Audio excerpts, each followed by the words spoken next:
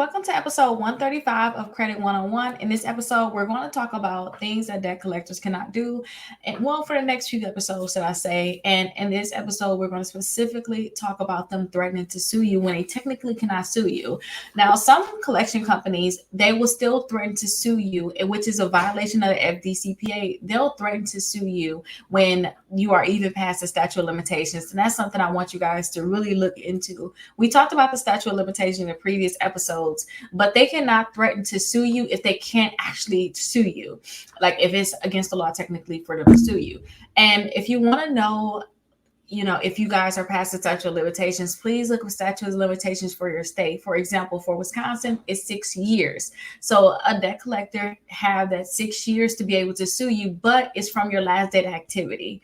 Okay. Remember your last date activity. We talked about that before. That's the first day that you became delinquent or the last time that you actually made a payment on that debt. So it's 6 years from that time. But don't forget, the original creditor have your account for so long anyway. So we got to start from the original creditor. We add all that time up all the way up until they get it. Because sometimes you will have one collection company get your debt, and then they'll sell it to another collection company, then another collection company. Your 6 years, some states it's only 3 years. That time is going to be up. Now they can still call you and say, hey, we want you to pay, set up a payment plan or set up payment arrangements, but they cannot sue you and they cannot threaten to sue you if they're past that statute of limitations. And this is very important because a lot of people are like, I want to settle this debt, I want to settle that debt because they're contacting me. And it's like, when I look at certain debts, I'm like, this past the statute of limitations. Why even think about paying it? Like, just get that thing removed from your credit report and move on with your life and ask them not to contact you anymore. Again, they cannot sue you. So it's best to just send them a debt validation